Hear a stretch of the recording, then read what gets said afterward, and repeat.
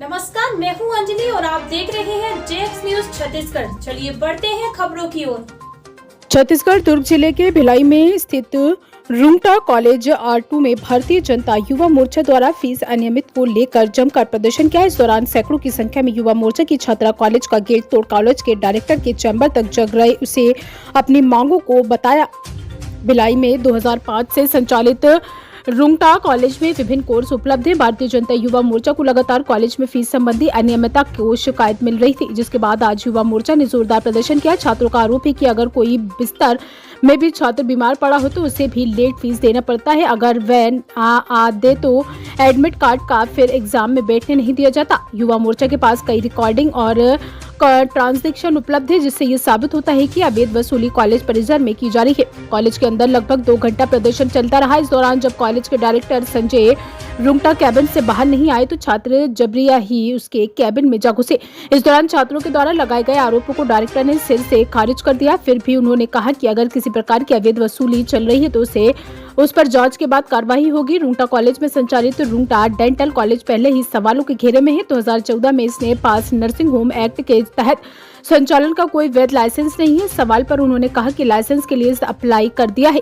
अब nursing home act आया तो हमारे पास कोई सूचना नहीं थी।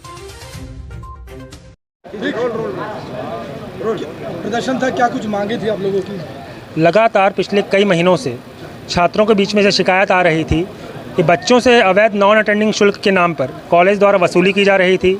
जो बच्चे चिकित्सीय रूप से डॉक्टरों के द्वारा लिखित रूप से अनफिट करार दे दिए गए थे, उनसे एडवांस सेमेस्टर फीस के रूप में पैसे मांगे जा रहे थे और इसके लिए जब प्रबंधन के शीर्ष लोगों से बात करने की कोशिश की गई तो टाल मटोल करते रहे। लगातार बातचीत करने के बाद भी जब समस्या का निदान नहीं हुआ, उसके पश्चात भारतीय जनता युवा मोर्चा के कार्यकर्ताओं ने महाविद्यालय में प्रदर्शन किया। क्या प्रमुख समस्या है? क्या जैसा मैंने कि पहले भी कहा, नॉन अटेंडिंग शुल्क यानी जिस बच्चे का अटेंडेंस नहीं है, जो कॉलेज में नहीं आया है, उसके नाम उससे अवैध नॉन अटेंडिंग शुल्क के नाम पे किसी से 5,000 रुपये, किसी से 10,000 रुपये, किसी से 15,000 रुपये तक की वसूली की जा रही थी।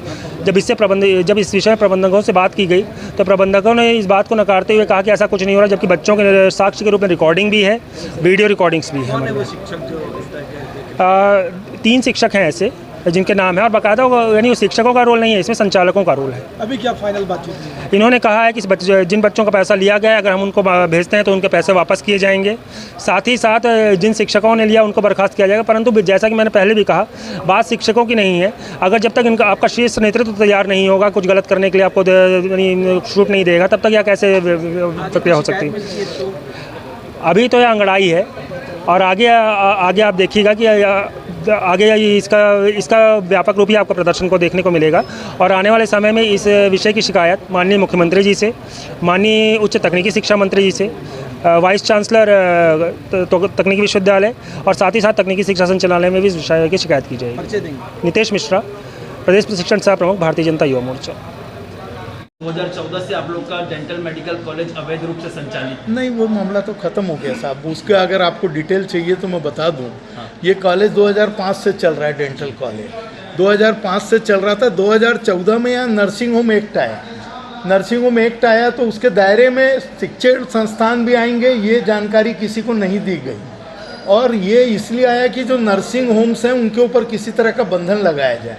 डेंटल कॉलेज को इंडिया गवर्नमेंट के द्वारा भी, स्वास्थ्य विभाग द्वारा हमारा संचालित है, डेंटल काउंसिल ऑफ इंडिया द्वारा भी संचालित है, छत्तीसगढ़ शासन के डायरेक्टर मेडिकल एजुकेशन द्वारा भी उनको परमिशन मिलता है, और जो Pandit Deendayal university medical university उनका भी होता है। तो हम तो चारों तरफ से बंधे हुए हैं और हमारा वो इतनी डिटेलिंग में जांच करते हैं कि नर्सिंग होम एक्ट में वैसे आना नहीं चाहिए, लेकिन फिर भी हमने अप्लाई कर दिया।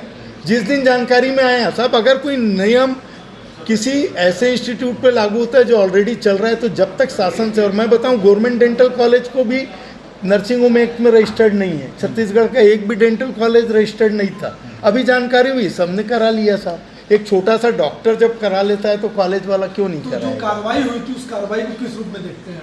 नहीं, मैं तो ये जानूंगा कि अच्छा है, उन्होंने हमें बता दिया साहब। आप लोगों ने अब रजिस्टर्ड करवा लिया? वो करवा लिया, वो सब जवाब दे दिया। जन दर्शन में आप लोगों के खिलाफ एक जन ने शिकायत किया था कि गलत इलाज को लेकर किसी व्यक्ति ने आवेदन दिया। मैं बताऊं सब, रोज के 350 लोग इलाज करवाते हैं एवरेज में। देखिए, मैंने अभी देखा नहीं, पहली बार वो ज्ञापन के माध्यम से मुझे इन्होंने दिया है। वो भी कोई स्पेसिफिक रूप से मेरे तक ये बात नहीं आई, लेकिन एक चेयरमैन होने के नाते मेरा ये फ़र्ज़ बनता है कि मैं डिटेलिंग में जाऊं और पता करूं। अगर मेरे यहाँ किसी भी तरह कोई भी व्यक्ति गलत काम कर रहा है तो उसके लिए मैं जवाबदार हूं और मैं उस पर ज़रूर एक्शन लूँ। सर जांच के पश्चात किस प्रकार की कार्रवाई पहले तो टीचर ये पे होगी? समझ देखिए, अगर कोई टीचर करता है तो वो तो अक्षम्य है। कोई जिस उद्देश्य से उन्हें रखा गया है, वो किसी भी छात्र के साथ हम किसी भी तरह की बदसलूकी या किसी तरह की वसूली करने के लिए हम यहाँ नहीं बैठे हैं। शासन द्वारा निर्धारित फीस से हमारे कॉलेज मज़े से चलते हैं और मुझे किसी तरह की अलग से कोई बच्चों से वसूली की ज़रूरत मेरे ग्रुप को नहीं है। एक दो नहीं, कई और मामले का जिक्र छात्रों ने किया है। एक मामला तो बैठा था आपके सामने, उसके बाद 3-4 मामले और नहीं, वो मामले